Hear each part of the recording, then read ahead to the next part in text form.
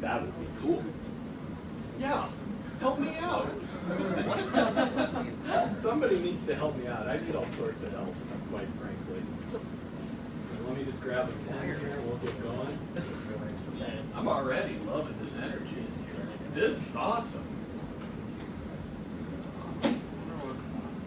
All right.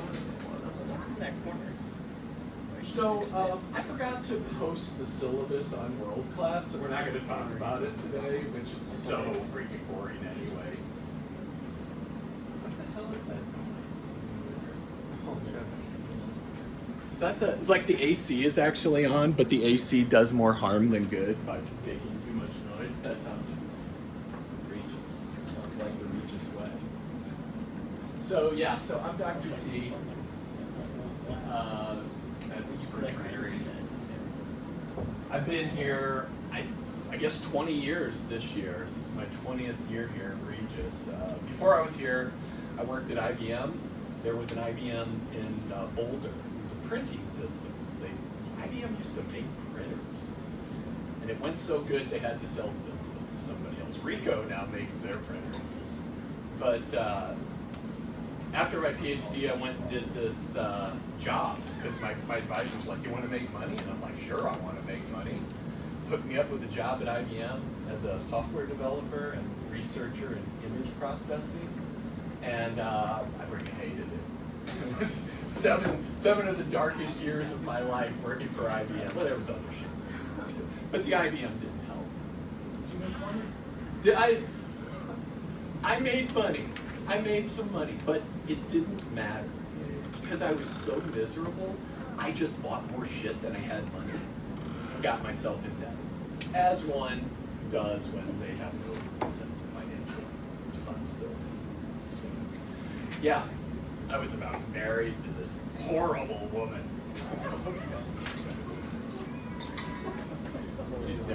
I was married to this person and that was all crumbling. And then I found Regis. And this place instantly I was in love with. So, bye IBM. Hello Regis. And now we're all doing Calc 2 together. So, who has had Calc 1 in the last 2 years? Yeah? Yeah. Oh, this is good. This is good. Who has not had Calc 1 for like ever? Maybe high school.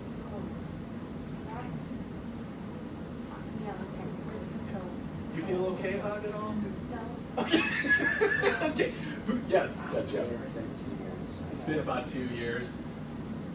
It's about the same. That's cool. Who's worried about this class? Okay. Yeah, cool. Well, good news, you're taking it with me because I'm a very nurturing human being by nature, and I want you to succeed. I'll tell you a little bit about how the grading will work to maybe alleviate a little bit of stress for you. And then we'll talk more when the syllabus gets posted, when I remember to post the syllabus. Basically, your grade is going to be 2 parts. So the first part is homework. And primarily, this will be via our web work homework system, but we'll also have some written stuff from time to time. You have an assignment already that is due Friday. But it's like the easiest thing to do this week, besides actually coming here and being on campus and going to school. There's a homework that says check it. And I'd like you to do this by Friday, please. I put it on the calendar in our world class. So it's up there, you see it on the right side. There's no math. Well, there's some like addition and stuff. It's just like, welcome to web work. Here's how you do a few things you're probably gonna need to do. You won't be thinking deeply. If you feel like you should be thinking deeply, come to me and we'll stop you from doing that because you should not be thinking deeply on this. So this should be an easy one. And then, this will not be an easy one. Homework 0 is our Calc 1 refresher. Even if you've had Calc recently, you need a refresher. We all do. I love a good calc refresher. So this right. Did you email me about epoxy? No, I haven't done that yet. Okay, I'm going to bring epoxy on Wednesday and try to like remedy this garbage. So calculus refreshers, this is just integration, I believe. There might be a few derivatives on it, but it's the basics of integration. We're going to do all the stuff you need to do for refreshers together. So like literally this whole week is let's gently enter the realm of calculus again. This is good. Because I want you to be strong, I want you to remember those basic skills that you've had and feel confident. Some of these will make you feel not confident. That's okay, that's a good sign because you have learning to do. And then you'll break through the discomfort and be stronger for it by lifting math, numbers, and stuff. And this is due next Wednesday. So next Wednesday, as in next week, 9 days from now. September. It's due in September. Don't worry about it. Is there any questions on any of this? Yeah, we're all good on that? Cool. So that's literally part of your grade. And then the other part are these skill checks. No exams in here. No exams.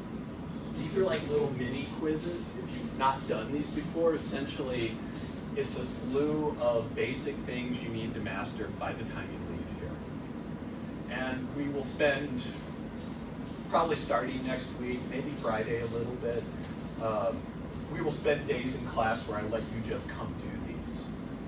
And I've been doing this programming, doing some HTML programming to try to create a practice system for you all, where I can feed in the things you're going to take and have it produce something for you that you can practice with. That would be useful, right? That seems like it'd be incredibly useful. So I'll totally get on that. Otherwise, I'll give you practice samples and stuff like that. And so then there's like this table. You've got homework and you've got these checks. And you've got categories. So for instance, to get an A in here, I think you need like a 90% on this. And then for the checks, there's different categories, and you have to just get a certain number out of each category for each grade that you want. Even an A doesn't require you get them all. So if there's like 5 of, tests, if I can do this integration technique, you probably only need 4 of those. And then for a B, it's like 3, and it goes down. So if you're like, I don't need an A, and I don't want to stress, you could shoot for a B. It's no big deal. I want you to take care of yourselves. This world is a mess. But we have this rare opportunity to be here doing math. Like, the ultimate privilege is to be in school doing math.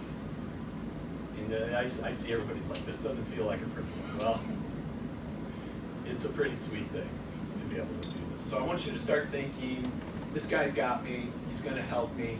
I just have to meet him halfway. So you're going to need to put in the work.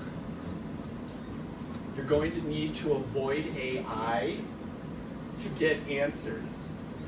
I mean, you can, but you're not going to learn shit.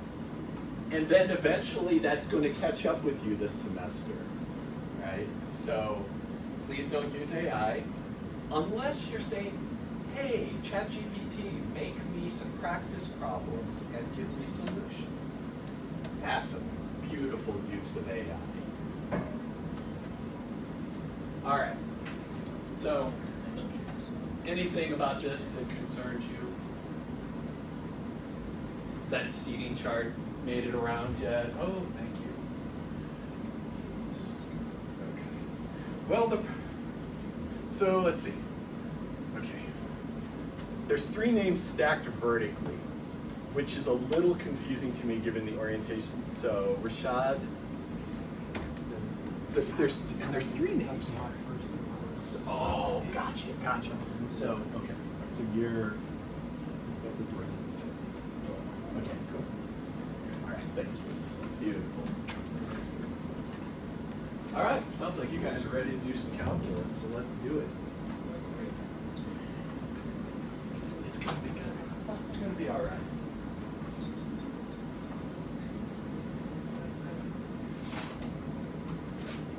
I'd like to kind of start off asking you, what is this? If you were in my morning class, I asked, what is a number? That's not an easy question. It's a very deep question. You could write a PhD thesis on it, probably. What is this?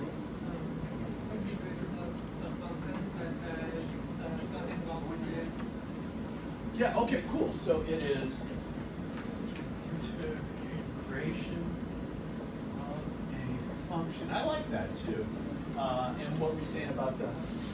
That has inside certain bounds, inside the point A and point B.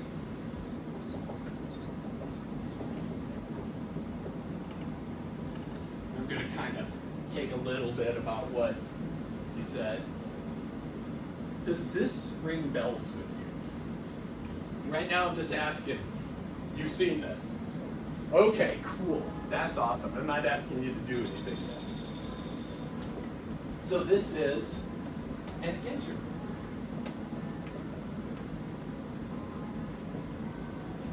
And you spent probably like the last 3 weeks of Calc 1, maybe the last month, talking about this stuff. You didn't spend much, so that's why I want to build us back up to where we were.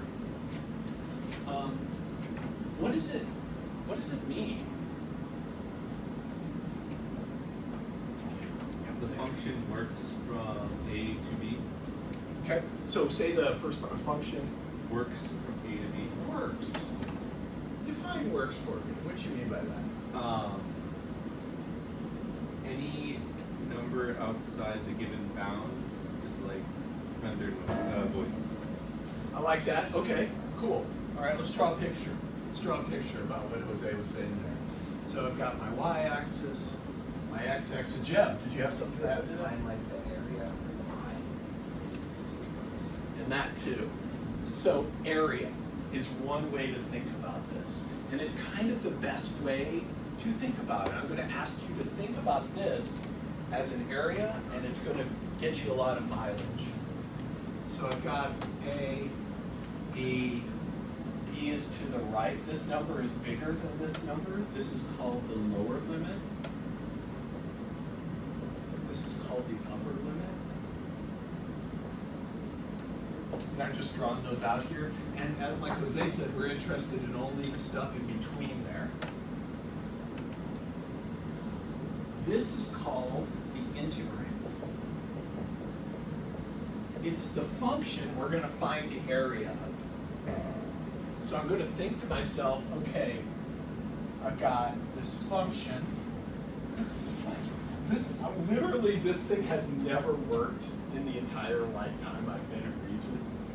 And it kind of seems like, oh, it feels so good, but man, it's outrageous. Now I don't have to scream. So I've got this function, f of x. What's a function?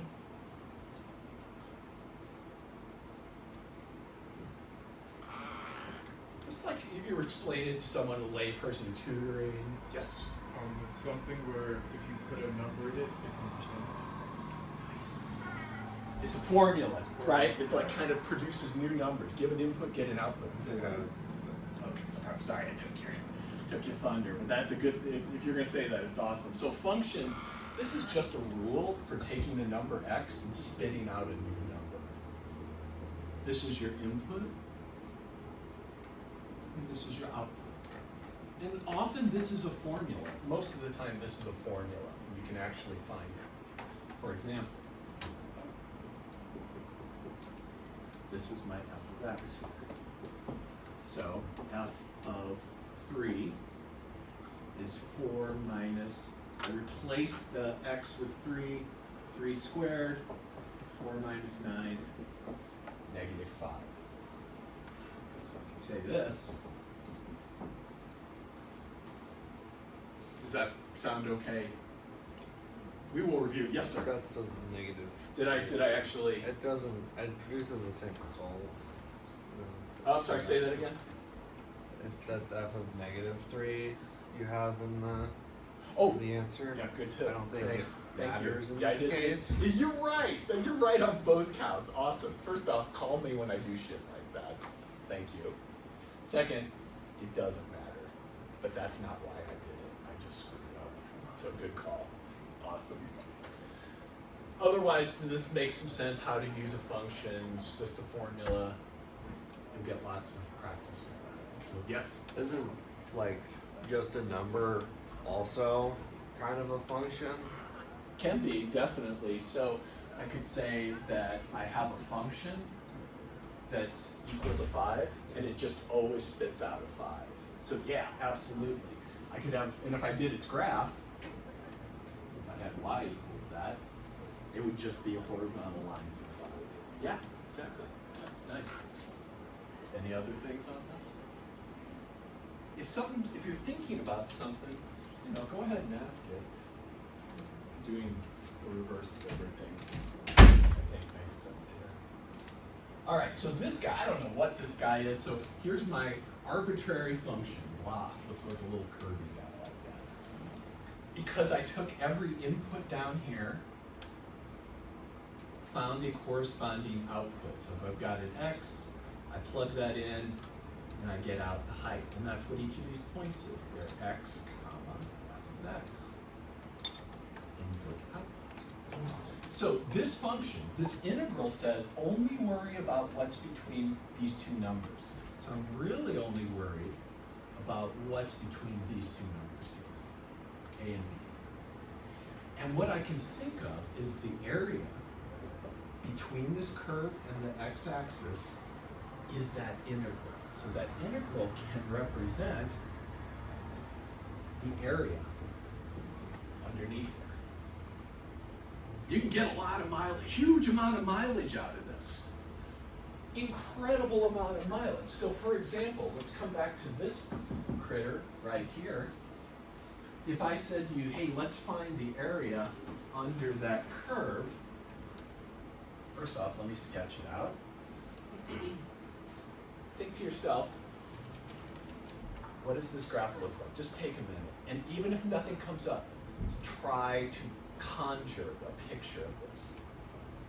It's okay. You can't. Cool, I'm seeing all sorts of, oh yeah. See, it's people, it's like an auction right now, a little silent auction. People doing all sorts of little. It's a parabola. Opens downward, got a vertex at 4. And if you're like, what? Just make yourself a little table and get some values, right? So when x is 0, we have 4. When x is 1, we've got 3. When x is 2, I've got 0.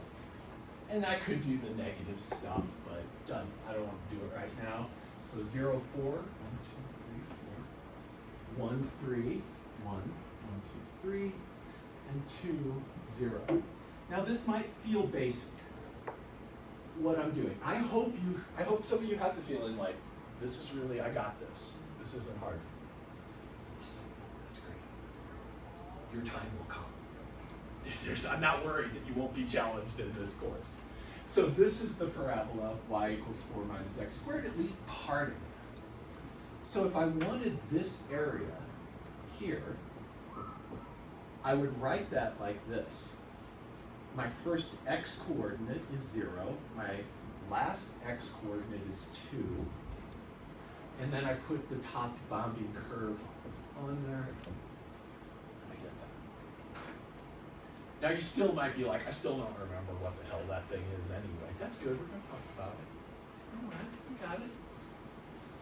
But I want you to feel like when you see this, you don't freak out. You see it and go, oh, that's an area. No big deal. It's an integral. In fact, it's called a definite integral. And on Wednesday, I will do a very detailed description of what this thing is. Because this is a process. It's not a number. Like in math, when I type 3, that's a number. It's not doing a whole lot. This is a process called integration. But it's intense. And we're going to come back to the roots of how this is built, what this means over and over and over again this semester. But here's one thing I want you to keep in mind. Do you remember in Calc 1? In Calc 1, you had a function and you found this. What was that? F prime, first derivative. And then did anybody else have to say anything? There was only two I can think of. That's okay, yeah. Yeah, and then I was going to say critical point. Now, that's fancy, that's deep. We'll use that, absolutely. But I love that you made that association. So this is equal to the first derivative of f. We have to actually understand derivatives to even do this thing over here, because it's the reverse of that. What was the definition of this? Let's take a look at it. Well, you take your function. Let me do the old function. I take a point x, and I move over just a little bit. So I add h units. So that's x plus h. I come up to here. And this is y equals f of x. And this height right here is f evaluated at x plus h. And this height right here is f evaluated at x. And so this thing is just kind of becoming animate or something. So what I do is take a line through these 2 points and find its slope. So its slope is the change in its height over the change in the horizontal. So the slope of this red line, m, is the change in the output, f of x plus h minus f of x, over the change in the x, the input. And that's just h. It just moved by h units. Does that look familiar? Despite the h name. Cool. But this isn't the derivative. The derivative comes when I let this h shrink to 0. And these 2 points slide toward each other and coalesce at this point here. I'm going to let h, I'm taking this right and just moving this way. And what I get at that stage, right here at x, is the tangent. Wow, that was super bad. Where's my undo for life? First person who creates a undo for life is, well, somebody will undo it, I guess. All right. You get that tangent line. To indicate that h getting really small, I take a limit. So I put here limit as h goes to 0, and this, my friends, is the slope of the tangent line at x, but it's also that critter.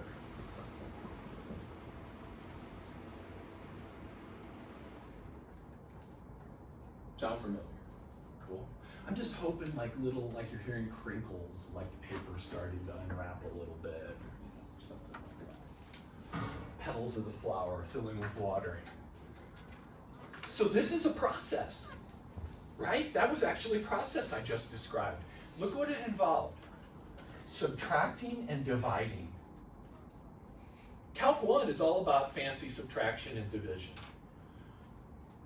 This class is about the reverse. So it's about addition and multiplication, done very fancy ways. So Calc 1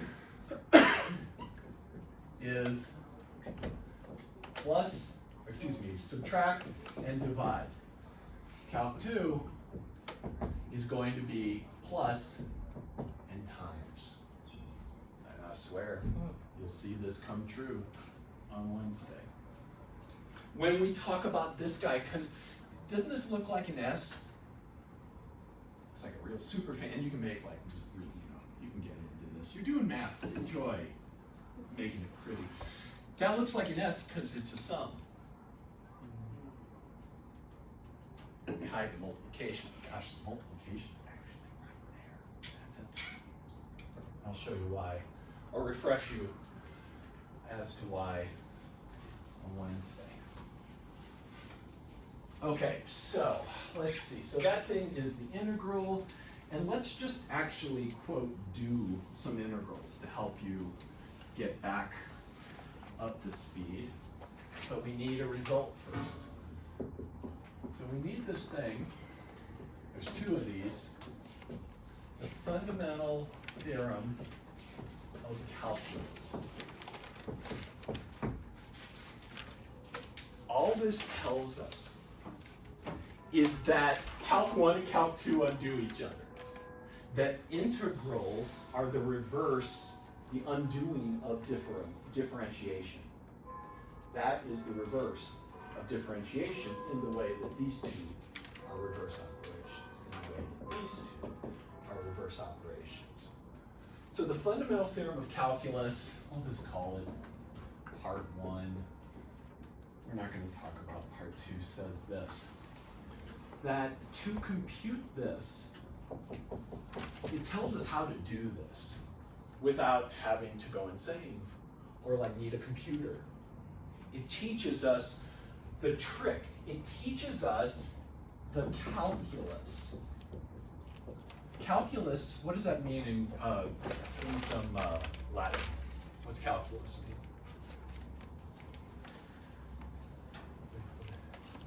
There's like, you go to the dentist and they pick the calculus off your teeth. I don't mean that one. It means method. Calculus is just a fancy word for method. So there, you're in a liberal arts school, you can toss fancy words around as you need. Method, the calculus of, and you can just say this like, you're like, hey, you got something in your ear? And you're like, no, it's just the calculus of earwax. The method of earwax. So this is just the method of integration and derivatives. So this right here is going to equal this. And you might think, and you probably should think, what, that doesn't help? What? But I'm showing you some notation.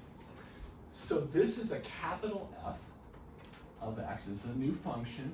And this bar means evaluate at. So in other words, you would probably not write this, but you might. It just means take this formula, plug in the top limit, plug in the bottom limit, and subtract those two. This evaluated up here minus this evaluated down here. And this thing is special. F is any antiderivative of little f.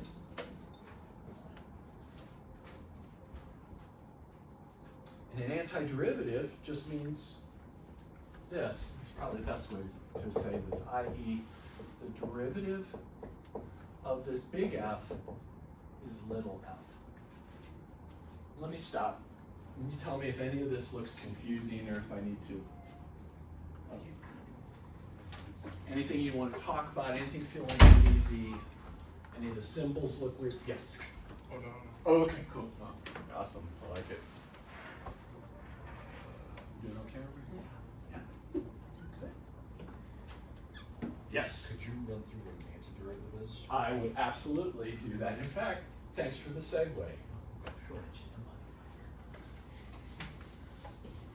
That was like so good, Marcus. Yes, Thanks. you can tell where the wind is blowing. Yeah. Yeah, that's the way, man. So, what is an antiderivative, Marcus asked? What an excellent question.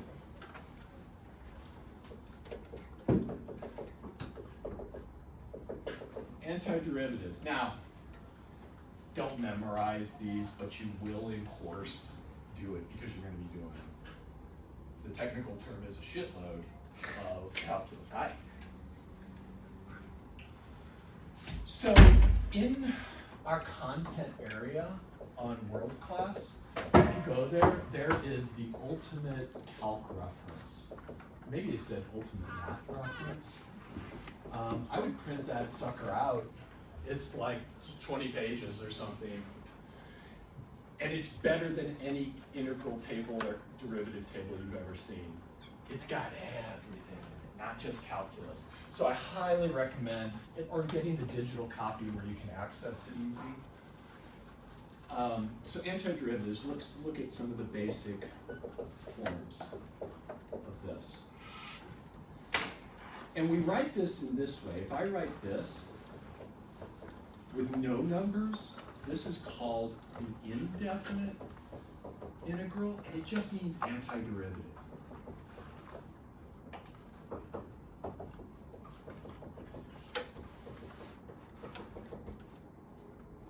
That's all. So this is just fancy, so you don't have to write the word antiderivative out every time you're saying something.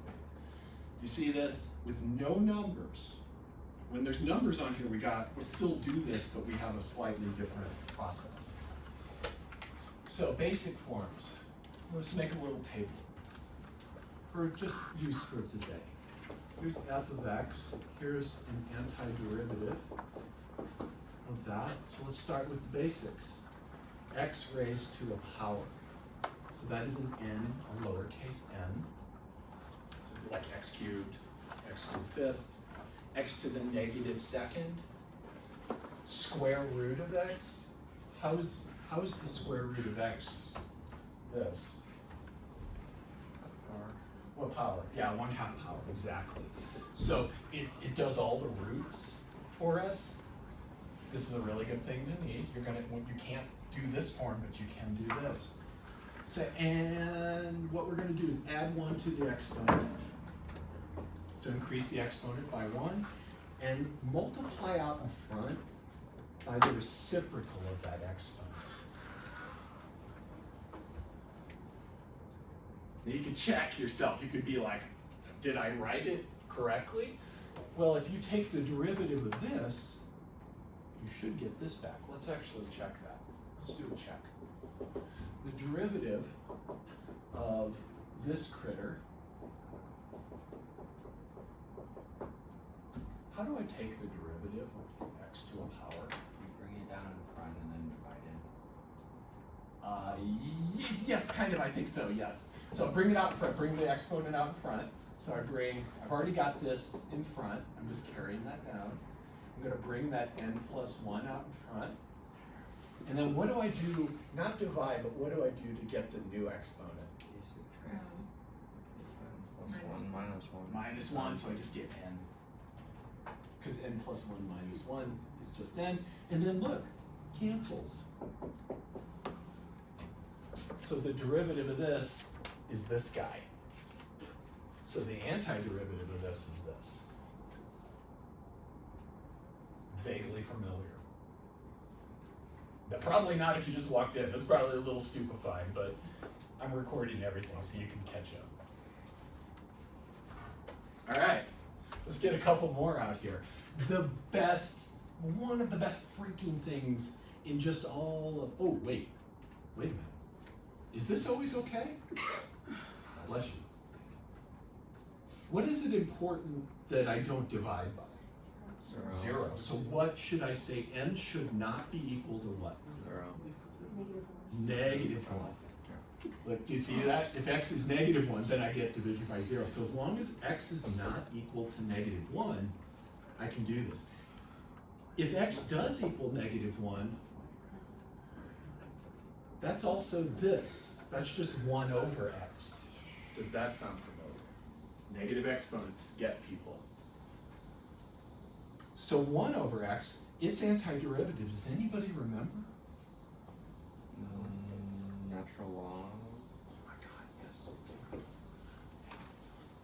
Natural log of the absolute value of x. Good work. Good work. And then, they always like tap on these arbitrary constants and just kind of forget. Plus c, you probably lost a point or something in calculus. You gotta but we won't go into that. So, I want to just note really quick, like this relationship, I could have written this to express the same thing.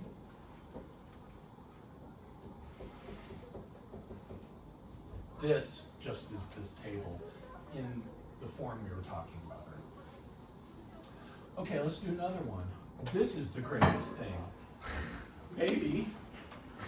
What is this? Yes. Yes, and what's his do you know his antiderivative? Oh, it doesn't have Same thing. Same thing, yeah, exactly, yes. And yes, I see what you mean, yes. It stays the same. That's incredible. Through that crazy process we talked about over there, through this crazy process, it stays the same. Lowest hanging fruit in mathematics is right here for you. Right for the picking up off the ground. And then let's do a couple others. I know you love trig. Everybody seems to love trig these days. Yes. Well, not for this one, but just sine, yes. The derivative of sine is cosine, so the antiderivative of cosine is sine. Now let's do the one now, negative sine. That's cos, awesome. And honestly, we can get so much mileage out of this, we don't need to do, this is enough for today. I don't even know what time it is, but it's enough for today. Okay, so let's play with this. We need one other thing to do. I listened to, does anybody know Vsauce? Anybody listen to like Vsauce? He's just a freaking brilliant guy on YouTube, right? Maybe a physicist, I don't know what he did. Hannah Fry, it's a British mathematician, like they do the show together. They're so smart and they just try to impress the other with cool stuff. They were talking about this study that like why some people had trouble with math. And one of the things that this study showed is that people who questioned why less actually did a little bit better at math. Like not worrying why this formula is true. So like some people might get hung up on this and go, I can't even do it until I understand why. But we can let go of that. There's a little bit of this like kind of Buddhist letting go to make this all flow well. So if you can just accept these things and try to think of it as a game, when you play a game, and who's played a board game? No. Okay. You played a board game. When you played the board game, did you shut the whole show down because you didn't understand why a rule was a certain way? Whoa, no. I don't care if it says that in the rule book. I want to know why they made that rule. That's no way to play a game. And this is a game. We're going to game it. There are some rules that are worded poorly that you have to decide on. Yes. You don't think about it. Yeah, I bought a bunch of Arkham Horror stuff as a card game for my friends. We played it once and everybody hated it. Now, does anybody want it? We can have it. I got all excited about it, bought all sorts of stuff, and then everybody's like, this sucks. So, one last rule that would be great to accept. And this rule says this, that if I have the integral of a constant multiple of a function times plus a different constant multiple times another function. So this a and b, these are constants. They're just numbers.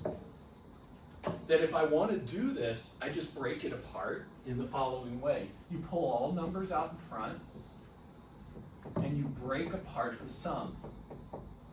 So pull that b out, break apart the sum. This comes like this.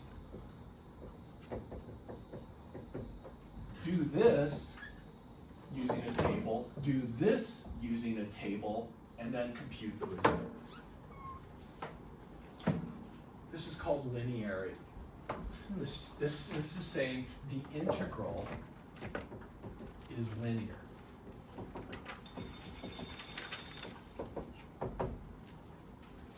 And you see this in everything in math, so many things. The derivative was linear. You could do derivatives this way.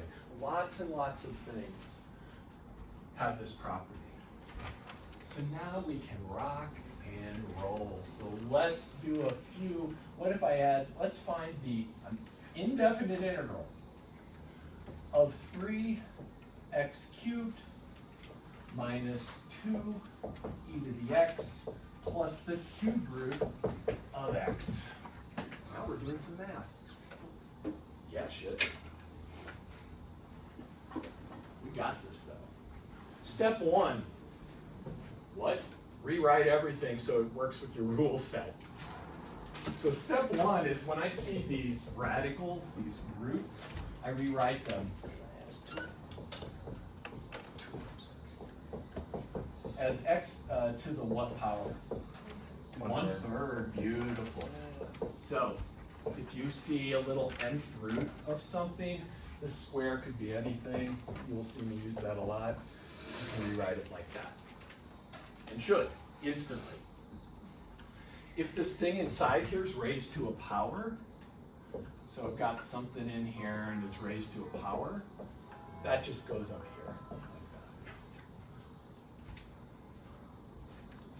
So now I'm going to do this. Let's do it. I could write that all out and break this all apart and take my time and be very careful. And maybe I should just do that this first couple times. So right now I'm using linearity. And when I write this, I want you to really tell me, do you understand what just happened? And if not, please talk. If you have a question, you're not the only one. I'll put good money on it. I don't have any good money on me right now, but I'll bring some. If someone has a question, other people have the same question. Is there anything I can do to help you with that? Because I haven't really done much except do this. All right, let's rock it out. So, sorry, this is a little low here. Maybe I'll take it up over here.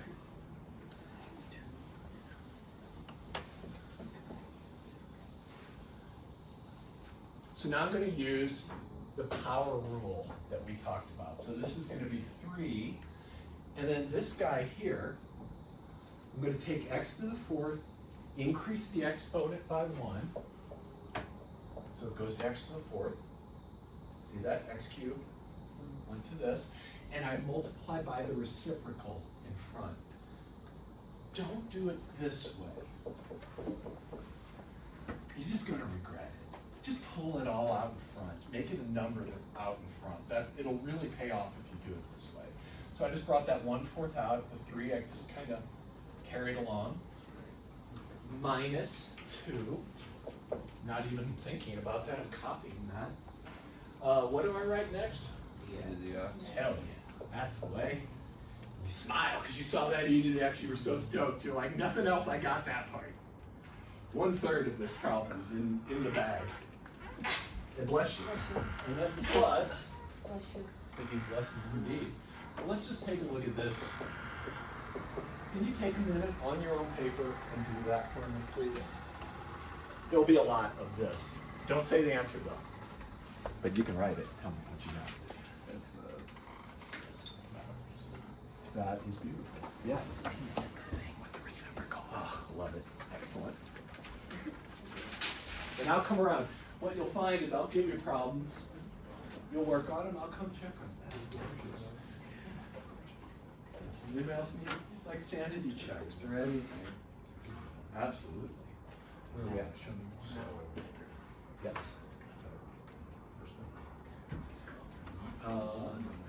So that x is the 1/3 is the exponent, right?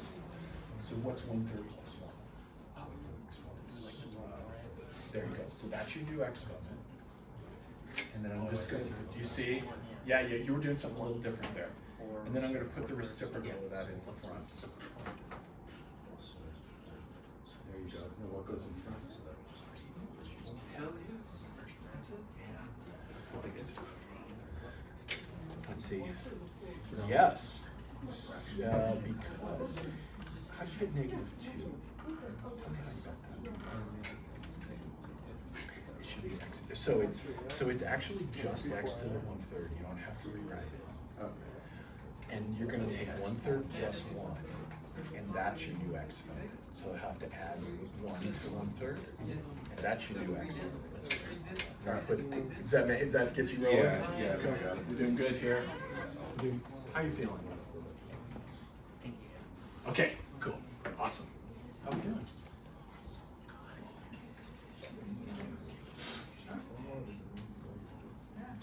Right, so you're so first off, your new exponent is 4/3. So the 1/3 just becomes 4/3, and it stays as an exponent. And then the reciprocal of that comes in 4. So just 3/4. Okay, cool. How are you doing? So 1/3. Stellar. In my hand right there. Yes, sir. So first increase the exponent. So 1/3 plus 1. Yes. So let's write x to the 4/3. Yes, that's beautiful. And then put the reciprocal. 3/4. Just flip it and put it in there. Yeah, put it in. Put it here. There you go. That's it. This is the antiderivative or the indefinite. Does that sound good? Yeah. Beautiful. Stellar. How are we doing? You see me? So confused. Okay. How are we doing here? Wonderful, wonderful, wonderful. Freaking awesome. Is that a 4? Yeah. Okay. Good job, friends. So this, take the 1/3, goes to 4/3, that's my new exponent. Take that number and just put its reciprocal in front. Don't do this, because you'll hate your life in the long run. The reciprocal of 1 over this is just that. Just flip it. Just flip it. Bottom and top.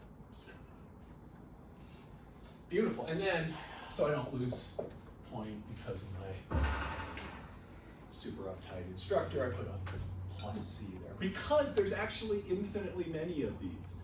I could put a 10 here. I could put a pi here. And the derivative of this doesn't change at all. Now the last step is to go through and just simplify. If you haven't, some of you did this as we were going along. That's totally cool. Yeah? Let's do some more.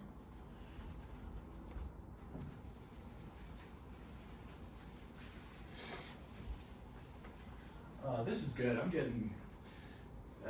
really happy to be here with y'all. You're great. Like sometimes the class, there's just like, I don't know, everybody seems like they're on some anesthetic or something. But you don't. You seem ready and excited. I love it. It's making me both those things. So let's do a new one.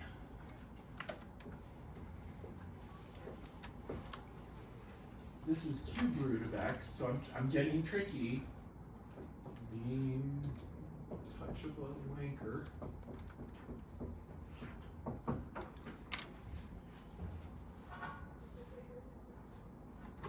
Let's do that one. Step 1, let me get you rolling. What is this? Yeah, exactly. Let's talk about that because this screws people up so bad all the time. So the first thing is this, as we talked about, is this.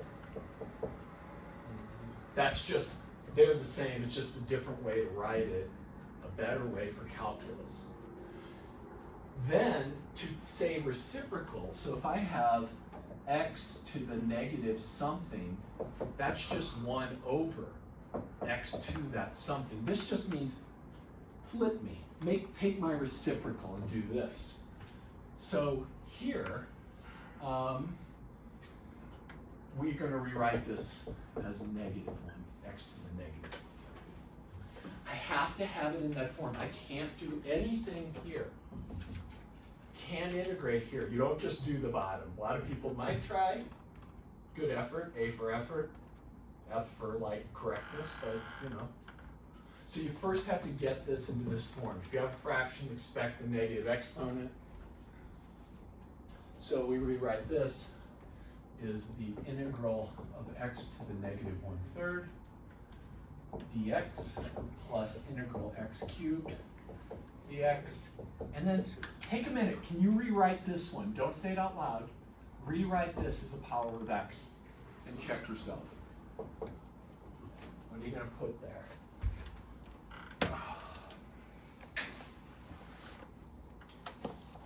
And I'll write it up here so you can check yourself when you're done.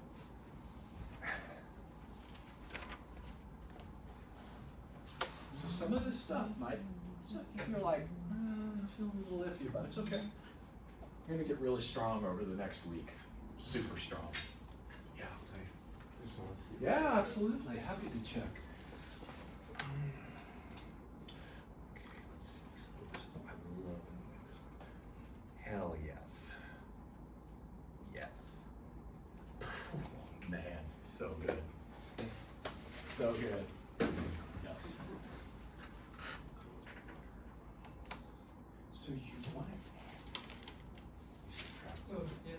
Remember, count two is about the pluses. Yeah, yeah. But you got, other than that, beautiful. Yes. So, first step. So, really, the linearity just means break it apart into little chunks I can use formulas for. So, the first step is, and I kind of wrote it down at the bottom. So, I just thought, I'm going to do the antiderivative of that, plus that, plus that. So the linearity is just like a kind of like helps your brain process. It's more like focusing here, and carrying along the rest. Does that make sense? Yes. So when I'm here, I have all my x's x, or I have x. Yes, that's what that means. So now you use the power rule. Now you go to a table or you recognize I gotta use a formula for this one. And so that one. No. You should use, let me write the formula down. So the one where should I write it? Okay. And then use, this is called the power rule. Because I have x raised to a power, which one is? This one still has to be rewritten. I like that, there you go. Yeah, and I would, keep him, so like just in terms of keeping your brain free, try to keep clean notation, it'll really help a lot. I'll actually get up there and say stuff. But now you're going to use this power. This will be add result. So you're going to add 1 to the exponent, multiply by the reciprocal. It's just it's this guy right here. Yeah? Try that. There you go. That's solid. Yes. Yeah, love it. I didn't see the 3. Love it. Good. How we doing? Doing good. Oh. So, yes. They could probably use reflection. That aren't. But that's okay. So you've got it. Oh, wait, here. Negative 3. So you're going to add 1 to the exponent. That's negative 3 plus 1. Yes. There you go. You were subtracting. There you go. Otherwise, great. How's it going? So good. So good. Feel happy about this. This is going to be good. How are we doing here, friends? Yes. Oh, so yeah, let me answer. That's a great question. Let me answer it in just a second. Yeah.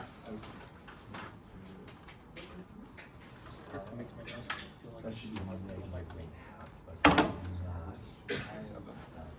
do you see what I'm saying? Yeah, because you want to divide by that new exponent. Yes. But yeah, we'll see what we did. It's just an arbitrary constant. What's the derivative of a constant? Do you remember? So you need negative 2. It is 0. And so it will go away no matter what you put on there. Does that make sense? Yeah, yeah. Okay. We don't know that, but we don't know what. Yeah, excellent point. How are we doing back here?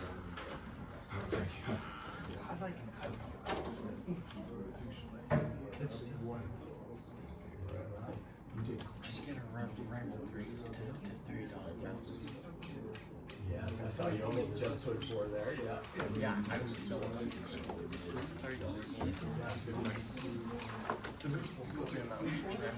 Side change, you have to left click right, left point, just line yourself up and also from the tab and touch the button. All right, how we doing here, my back row friends?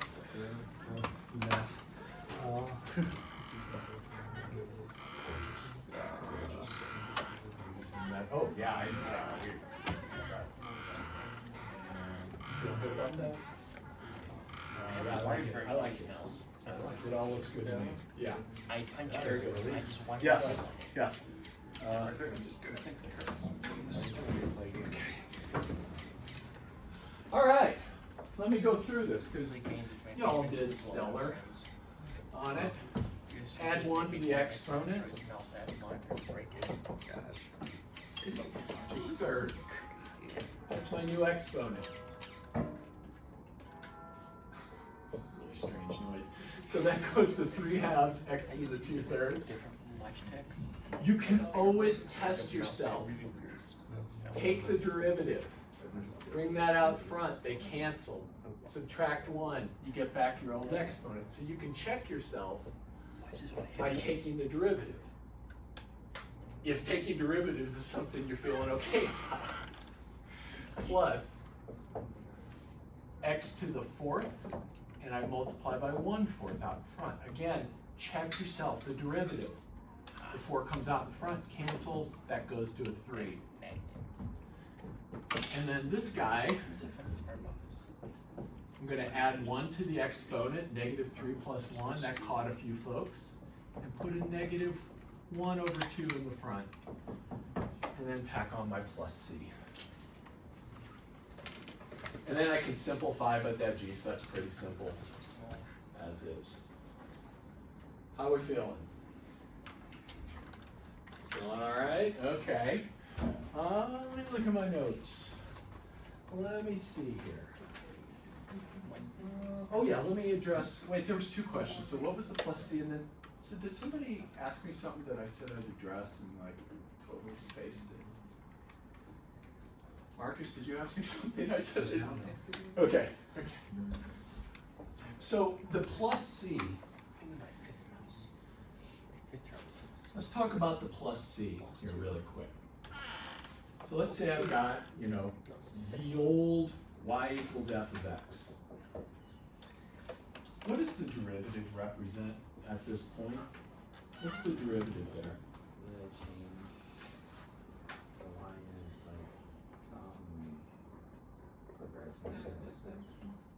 The line, yes, so it's the slope. It's the slope. And what was, who said something? I said, I spoke. Okay. Slope, yeah. So it's the slope of the what? Instantaneous rate of change, or the tangent line. Right, so this is the slope of the tangent at x. This is Calc 1. This is also the instantaneous rate of change. However you spell that, I don't think that's it. But I'm not here to spell.